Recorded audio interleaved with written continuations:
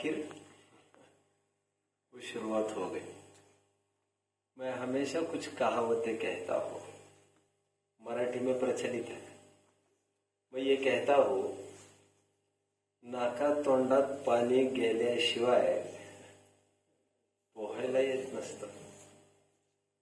मैं ये कहता हूँ, गुडघे फुटल्याशिवाय कोणी सायकल चालवायला शिकू शकत नाही।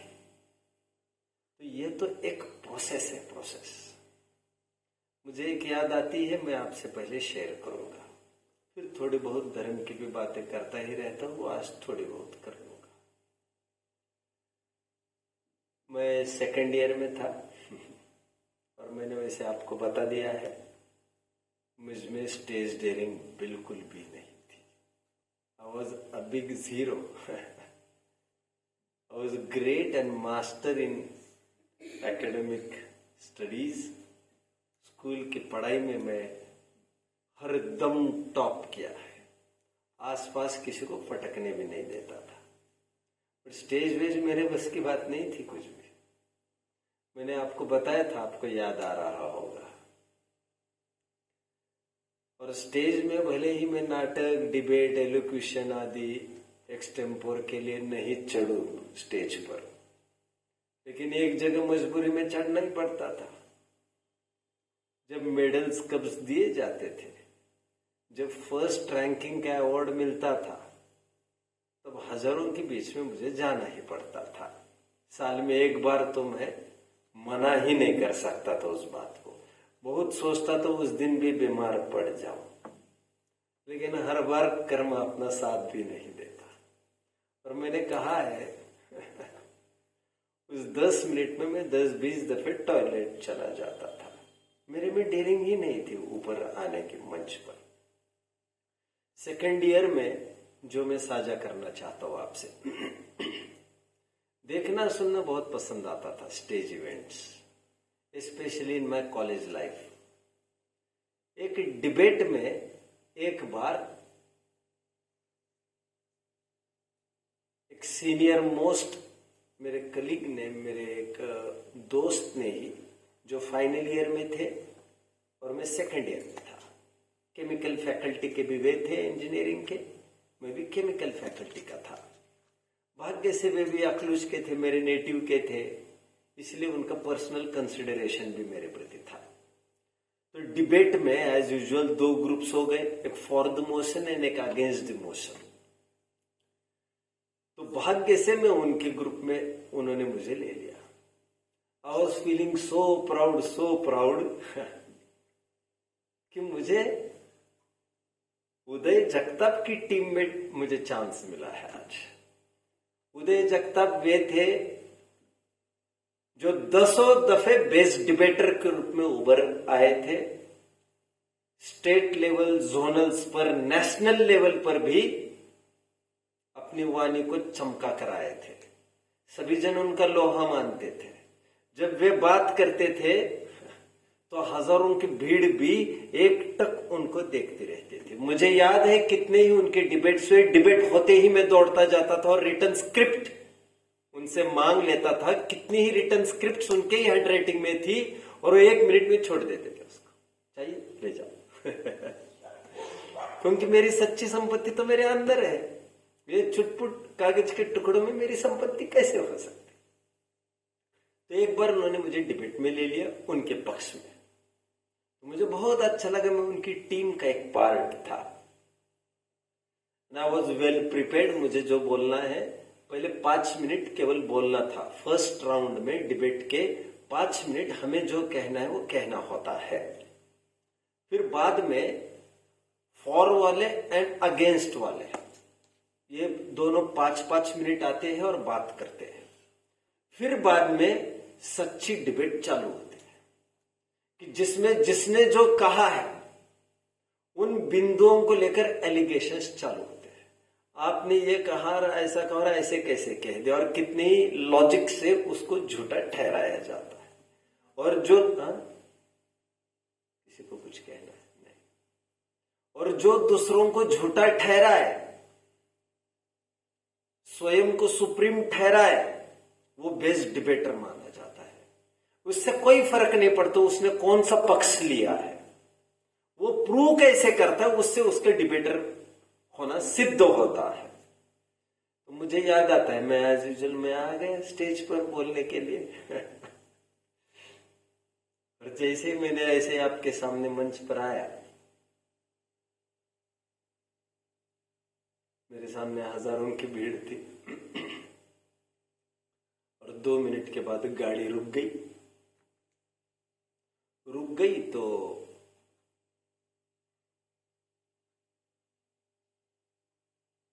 नाक कौन कटवाए वहां खड़े रहते कोई बेवकूफ है? इतने लोग मुझे देख रहे हैं और मैं यहां खड़ा रहूंगा? तो मैं 20, 25, 30 सेकंड थोड़ी राह देखते हुए पानी होने लग गए, तो मैं नीचे का रास्ता नापने लग गया। जैसे ही नीचे उतरने लग गया, हमारे जो कैप्टन थे उदय जगताप, हमारी टीम के, वे एकदम खड़े हो गए।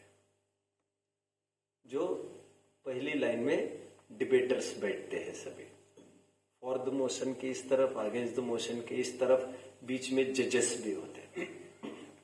एकदम उठे और उन्होंने कहा, सचिन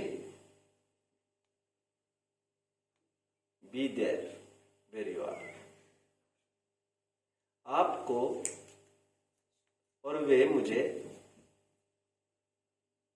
मंच पर ही मैं था, उन्होंने मुझे नीचे उतरने से मना कर दिया सख्ती से, और ये कहा आपको 5 मिनट दिए गए, 5 मिनट।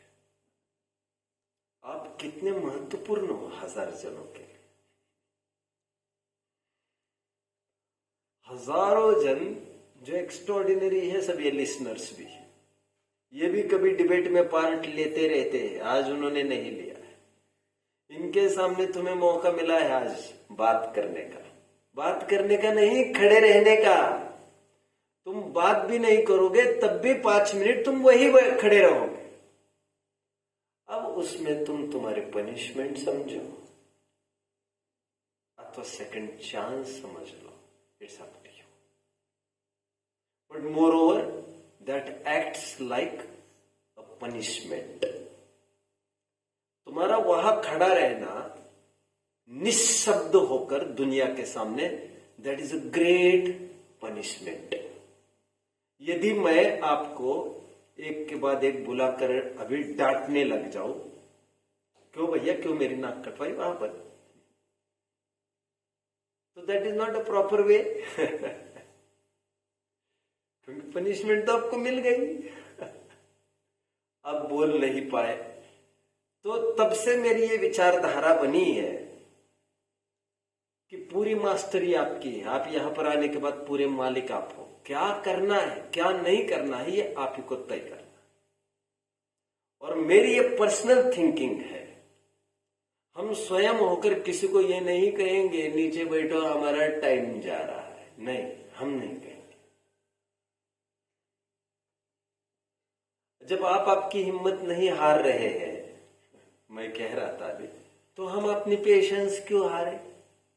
लेते रहिए अवसर, आप लेते रहिए अवसर। जब आप ही को लगने लग जाएगा आई कांट, तो आप स्वयं बैठ जाएंगे। हमें कोई ऐतराज नहीं इस बात का, आप कितनी देर बैठते हो और कितना टाइम लेते हो आपके प्रिपरेशन में, कोई मतलब नहीं, हमें कोई मतलब नहीं। पूरे मास्टरी आपकी है। और यहां पर भले ही आप कुछ पढ़ा न पाओ, कुछ बोल न पाओ, लेकिन ये मौन रहना भी आपको काफी कुछ सिखा देगा।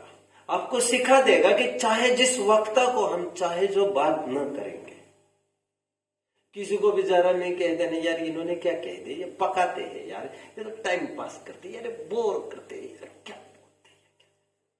भाई साहब आइए आप मंच पर, तो आपको पता चलेगा व्हाट इट टेक्स।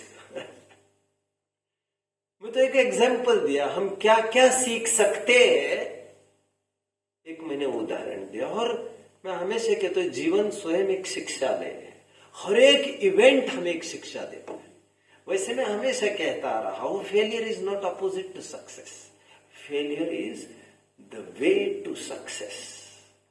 मैं भी पहले ऐसा ही था, मैं भी रुमाल लेके बैठता था और इतना पसीना भी पोंछता रहता था।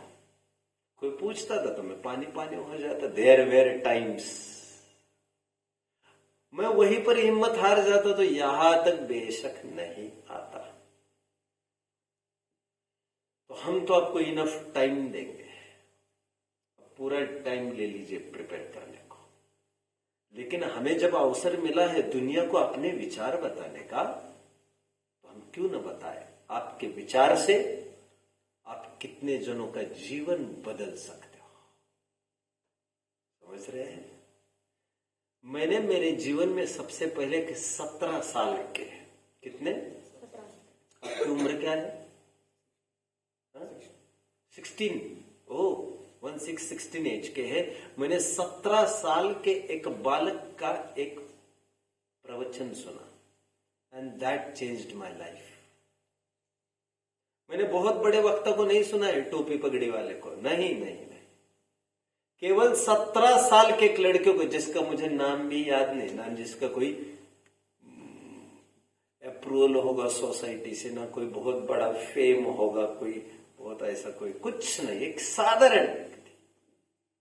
एक साधारण व्यक्ति भी कभी किसी को ज्यादा असरदार हो सकता है। एनीवे, ये सब बाहर की बातें थी। अब मैं थोड़ी आपकी बात करना चाहूंगा। मैं वैसे आए हुए अतिथियों को बहुत तो कुछ दे नहीं पाऊंगा आज, क्योंकि मैं डायरेक्ट बच्चों से ही बात कर रहा हूं। मैं बच्चों के संबंध में कुछ कहना चाहूंगा आज। अभी पहले यहां पर खड़े रहेंगे बेटा, सोम, बेटा सोम,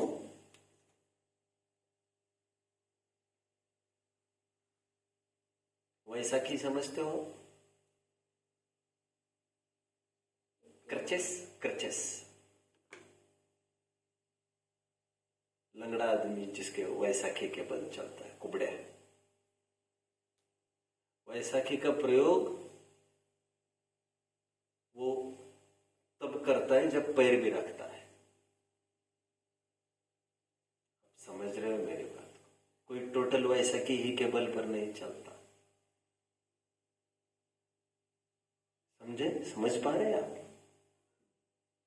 आप यहां पर कुछ बोलने के लिए खड़े हुए हो, आटे में नमक बराबर आप देखकर बोलो तो समझ में आता है, कुछ पॉइंट्स देखो तो समझ में आता है।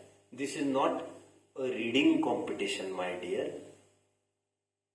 This is a speaking competition. यदि रीडिंग कॉम्पिटिशन होती तो समझ में आता। A to Z धड़ाधड़ पढ़ने में हमने इसके लिए तुम्हें खड़ा नहीं किया है, ये काम तो कोई भी कर सकता था। एक कमी, ये रीडिंग प्लेटफॉर्म नहीं था। रीडिंग कंपटीशन में तो आर्ट है, हाउ यू रीड, तब मन की कुछ नहीं बोलने आपको। यहां पर आपको आपके मौलिक विचार समाज को प्रेषित करने हैं। समाज क्या करे जिससे समाज का उद्धार हो, आप समझ रहे हो? और शिक्षा देने के लिए कोई उम्र नहीं हुआ करती। एक सेकंड, आपके बोलने में कुछ भी स्पिरिट नहीं रहता है। There are no ups and downs, there are no facial expressions. वो डायरेक्ट इन्फ्लुएंस करना चाहिए, सामने वाले को अपील करनी चाहिए, वही बात अपील करनी चाहिए। समझ में आता है? तो कुछ एक्सप्रेशंस के लिए इनर फीलिंग्स को आपको चार्ज करने की जरूरत है, और आप इनर फीलिंग्स को चार्ज नहीं कर पाए। ऐसा नहीं है कि इस कागज से उठाया और यहां पर डंप कर दिया। It is not the process of just mugging and dumping. कुछ रटना है और यहां डालना है, ये ऐसा नहीं है, ऐसा नहीं है। हमारी क्या सोच है इसमें, और फीलिंग्स को जब तक आप इसमें उंडेल नहीं देते। मैं एक शायरी कहता हूं ना हमेशा, मुझे भी भूल गया हूं मैं, गालिब की एक शायरी है। लोग गालिब को पूछते हैं, how can I be a speaker, how can I be a nice poet, how can I be a शायर। तो वो कहते हैं, इल्म पढ़ने से नहीं आता गालिब। क्या कहा? इल्म पढ़ने से नहीं आता, मैंने मोहब्बत को दिल में डाल दिया है। समझ में आता है? हम जब तक अटैच्ड नहीं होते किसी विषय को लेकर, अभी जिसे देश के प्रति धगज है वो जरूरी नहीं है बहुत पढ़े, वो देश के ऊपर धड़ाधड़ बोलता जाएगा। आपको फीलिंग्स चाहिए, फीलिंग्स, अपलिफ्टमेंट ऑफ जैनिज्म। हम जैन शासन का कैसे उद्धार कर सकते हो, उसके बिना एक्सप्रेशंस वगैरह आप में आ नहीं पाएंगे और एकदम रूखापन महसूस होगा। समझे? एंड लोग विल फिर एवरी नाउ एंड देन फिर वे घड़ी की तरफ देखने लग जाएंगे। समझ रहे? हम किसी का समय खराब नहीं कर सकते बेटा, सबका समय बहुत कीमती है यहाँ पर। एनीवे, और काफी वर्ड्स आपके अनक्लियर भी है, कुछ मुंह ही मुंह में भी कुछ वर्ड्स बोलते हो, तो क्लैरिटी चाहिए ईच एंड एवरी वर्ड में। अच्छा, मैं ये कह रहा हूं रीडिंग भी आपको पढ़ना भी है कुछ सभा में, तब भी किसी को ख्याल में नहीं आना चाहिए आप पढ़ रहे हो। आप समझ रहे हो मेरी बात को? तो थोड़ा बहुत कुछ आप इतनी फ्रीडम भी होना चाहिए कि थोड़े बहुत शब्द आप अरेंज कर सको। एक आर्ट है ये। बैठिए। आयुष जी आप खड़े रहेंगे।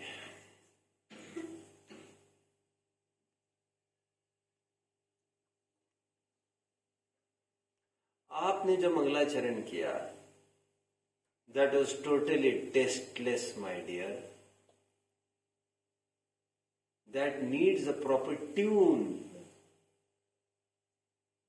उसमें कुछ, I am not a singer, मुझे आता भी नहीं है गाना, बट कुछ भी गाते हो आप तो गद्य और पद्य का पहले तो फर्क समझ में आना चाहिए।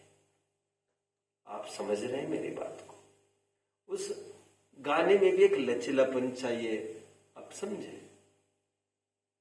एंड इट सीम्स कि यू हैडंट प्रैक्टिस्ड, क्योंकि आप शब्द को भी देख कर भी, जबकि आप पढ़ ही रहे थे, आप याद भी कर सकते थे कुछ। इससे बेहतर कुछ जो याद था वो सुना देते जिनवानी के प्रति, लेकिन पढ़ने में भी इतनी असावधानी थी। वो words you are trying to gather each and every time की 2-3 बार पढ़ा, फिर भी वो समझ नहीं पा रहे थे आप ये word. That was not nice. ठीक, बैठ जाइए। अभय जी खड़े रहिए। आपका जो पहला सेशन रहा, वैसे तो काफी इजी थीम थी उसकी, ऐसी कोई थीम कॉम्प्लिकेटेड थी नहीं, but I don't know why. क्योंकि सबसे पहले you lose your courage and you lose all the battles, competitions, etcetera etcetera. तो आपने भी केवल वही, लगभग सभी ने रीडिंग पर बहुत जोर लगाया है, पर ये रीडिंग कंपटीशन नहीं है अपना।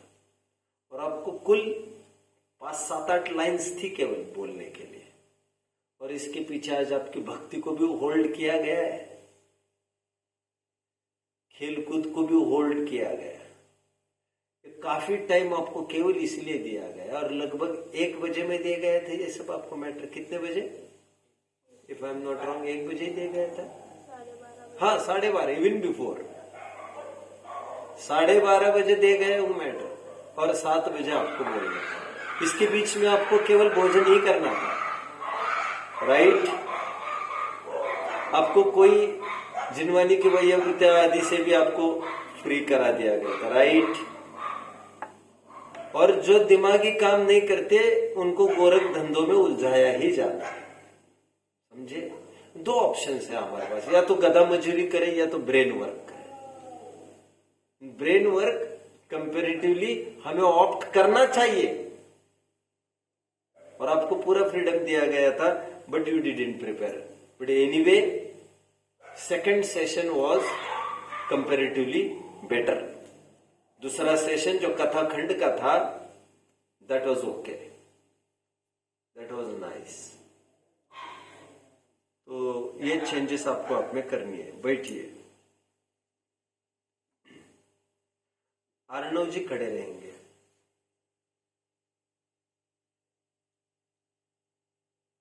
आप यहां पर बोलने के लिए आते समय आप चौकी को लांग कर फिर आ गए, चौकी को लांग कर आए। टेक योर ओन टाइम, आप आराम से आ जाते उस तरफ से, जबकि सुबह भी मैंने वार्न किया है, निरंतर बताया जा रहा है।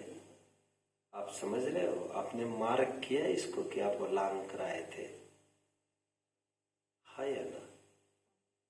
मार्क किया? अच्छे से बोलो, हाँ या ना, कि ध्यान नहीं दिया? 3 में से ऑप्शन बोलो उत्तर। हाँ, क्या नहीं दिया? पूरे उतना तो पूरा बोले यार, ध्यान नहीं दिया। तो फिर आपने पहले हाँ कैसे बोल दिया जब ध्यान ही नहीं दिया? तो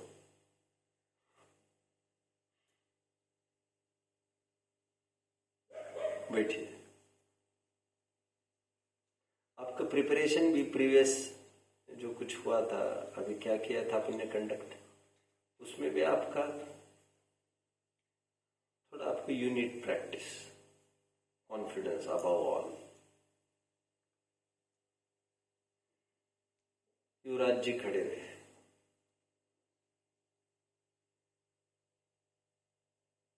कंपेरेटिवली आपका ठीक था, बट आपको थीम पहले समझना है, पूरा समझ रहे हैं? आप बैठिए, जरा बैठिए, मैं बताता हूं आपको। देखो, मैंने ये कहा था कि आज सैकड़ों ग्रंथ जलाए गए, एक टाइम ऐसा था। लेकिन नैनवा कांड हुआ है, नैनवा कांड। नैनवा नाम की एक नदी है, वहां पर सैकड़ों समयसार बहाए गए थे कभी। 60s की यह घटना है। हजारों की तादाद में जलाई भी गई जिनवानियां, पैरों तले कुचली भी गई, कुएं में डुबोई गई। 6 महीने धुआं भी होता रहा, कहते हैं। बट ये सब होने पर भी जिनवानी उसके 100,000 गुना आज हमारे बीच में। आप समझ रहे हैं मेरी बात को? एक बात। दूसरी ये कहना चाह रहा था मैं, अथवा ये टोडरमल जी आज है, हमारा कोई नुकसान है, हमें कोई फर्क पड़ता है उनके न होने से? अनादर की भाषा नहीं कर रहा हूं मैं, उनका जो योगदान है that is matchless. But Todarmal ji नहीं होने पर भी हमारा बाल भी बांका नहीं हो रहा है, ना हमारा कोई बिगाड़ है, क्योंकि उनका मोक्ष मार्ग प्रकाशक हमारे पास है। यही श्रुत की महिमा है कि आदमी को बचाया नहीं जा सकता। आदमी की एक वैलिडिटी है, आदमी की एक मर्यादा है। बट आदमी के जो वचन है वे हजारों वर्ष तक रह सकते हैं, इफ प्रिजर्व्ड प्रॉपरली। कुंद आचार्य देव आज थोड़ी है हमारे बीच, और उनका रहना कोई जरूरी भी नहीं था हमारे कल्याण के लिए। रहना हो तो भले ही रहे हजारों वर्ष, हमें कोई उसमें दिक्कत भी नहीं है। बात हमारे कल्याण के अवसर की है, और हमारे कल्याण के अवसर तब तक खुले हैं जब तक जिनवानी है। आदमी जाने से भी हमें फर्क नहीं पड़ता, क्योंकि जिनवानी है। यह श्रुत की महिमा है। ये व्यक्तियों का अनादर की बात नहीं कर रहा हूं, ये मैं श्रुत का आदर की बात कर रहा हूं। ये मैजिक है जिनवानी की। एक ग्रंथ में तो यहां तक लिखा है बच्चों, संवराधिकार समय सार जयसेन आचार्य देव ने 2 गाथाएं अपनी तरफ से लिखी। वहां पर ये लिखा है, कोई एक आदमी था और वो ये सोच रहा था मैं कैसे काल में जन्मा हूं, ना यहाँ तीर्थंकर है, न गणधर है, न चतुर्थ काल है, कैसे काल में जन्मा, न समोसरण है, न कुछ है, न कुछ है, न कुछ है। Why waste time in grumbling and complaining, my dear, every now and then? ये नहीं है, वो नहीं है, क्यों समय इसमें खराब करते हो, क्यों अभावग्रस्त बने हो, फिजूल में कंगाल बने हो। कहते हैं चतुर्थ काल में भी, भगवान समोशरण में भी भक्तों को कोई हाथ पर, आत्मा को हाथ पर रखकर तो कोई दिखाते नहीं है कि यह आत्मा है। वहां पर भी वे कहते ही तो है, भक्तगण वहां पर सुनते ही तो है, सुनने के पश्चात ही वे तो अपना काम करते हैं। सो यहाँ पर ग्रंथ है, तुम पढ़ो और तुम अपना काम कर लो। फर्क तो हमें कुछ समझ में ही नहीं आता है भगवान होने और न होने का। मैं तो ये कह रहा हूं, भगवान नहीं है तो हमारा क्या बिगड़ रहा है, वैसे क्या बिगड़ रहा है। बना रहना हो तो बना रहे, उनको किसी को भगा भी नहीं रहे, लेकिन हमारा कोई बिगाड़ नहीं हो रहा है। जब तक जिनवानी है, मजाल है, हमें कोई दिक्कत आए। ये श्रुत की महिमा है। इतनी सी थीम ये कहना चाहते थे। आप समझ रहे हैं बात को। किसी भी चीज को, मैंने बार बार कहा है, किसी भी चीज को रटो मत, उसकी थीम को समझो। जैसे मैंने जहां हजारों कहा वहां पर आपको हजारों कहना जरूरी नहीं, आप हजारों की जगह सैकड़ों भी कर दो तो फर्क क्या पड़ रहा है उसमें। जिनवानी को जलाया गया, जिनवानी को दीमक लग गई कितनी सारी, समझ रहे आप। टीपू सुल्तान हैदराबाद के, जब अंग्रेजों को और उनकी खूब लड़ाइयां चालू हुई, आप तो इतिहास में पढ़ते होंगे, मैं ज्यादा जानता नहीं हूं कुछ। जब इनकी लड़ाइयां चालू हुई तो जानते हो आप लोग, टीपू सुल्तान ने रातों रात हजारों जिनवानियां, फटाफट इसकी सुरक्षा होना चाहिए, यह सब मिट जाएगा नहीं तो। राजस्थान में पहुंचा दी। माना जाता है आज वे बीकानेर आदि की लाइब्रेरी में, अनूप लाइब्रेरी में होने की संभावना दिखती है। ऐसा कभी डॉक्टर राजाराम ने बोला था एक स्पीच में। मैं ये कह रहा हूं, इतना भर कहना चाहता हूं, जब भी संकट आता है सबसे पहले लिटरेचर को बचाया जाता है। लिटरेचर, साहित्य, साहित्य, क्योंकि साहित्य वो नक्शा है। आदमी सब मर जाए, क्योंकि आदमी बचे भी नहीं रह सकते ना, आदमी को टिकाया भी नहीं जा सकता। बट यदि लिटरेचर है, यदि वसीयत, प्रॉपर्टी की रजिस्ट्री है, तो तुम्हारे बाप, तुम्हारा दादा, बाप दादा निकल गए हो, उससे फर्क नहीं पड़ता कुछ बहुत। रजिस्ट्री तुम्हारे पास है, प्रॉपर्टी का भोग तुम कर सकते हो। आप मुझे समझ रहे हैं सभी। और बाप भी मरते समय यही चाहता है, जितना कमाया है हार्ड अर्न्ड मनी मेरे बच्चे के पास चला जाए, वो यहां वहां आधर ना लटके, तो भी वो चैन की नींद सो पाता है। खैर इतना ही कहना चाहता हूं मैं मेरे पास अवसर नहीं था अभी। कितनी ही जिनवानियां, हजारों लाखों जिनवानियां तो दीमक के शिकार बन गई दीमक के पेट में चली गई। चूहों ने कुतर कुतर के खत्म कर दी, क्योंकि बीच के पैच में, बीच के 200-500 साल के पैच में पढ़ने का प्रचलन ही खत्म हो गया था। जैनी स्वयं जैन शास्त्र पढ़ ही नहीं सकते थे, ऐसा भी एक टाइम निकला है। उनको ब्राह्मणों से पढ़ना पड़ता था। बहुत सारी बातें हैं, समय आने पर मैं सब कहता रहूंगा आपको। शायद सब हो गए हैं, जिनेन्द्र जी रहे हैं। ओके थे, ओके वासरत लंगड़ी गाय शाने। तो अंधे से काना, अंधे में काना को ठीक ठाक खा जाते तो इनका ठीक ही ठाक था। लेकिन पढ़ने का सब जगह फिर बाद में, इसीलिए सब कुछ पढ़ के दिखा रहे हैं, अरे ऐसे कैसे चलेगा।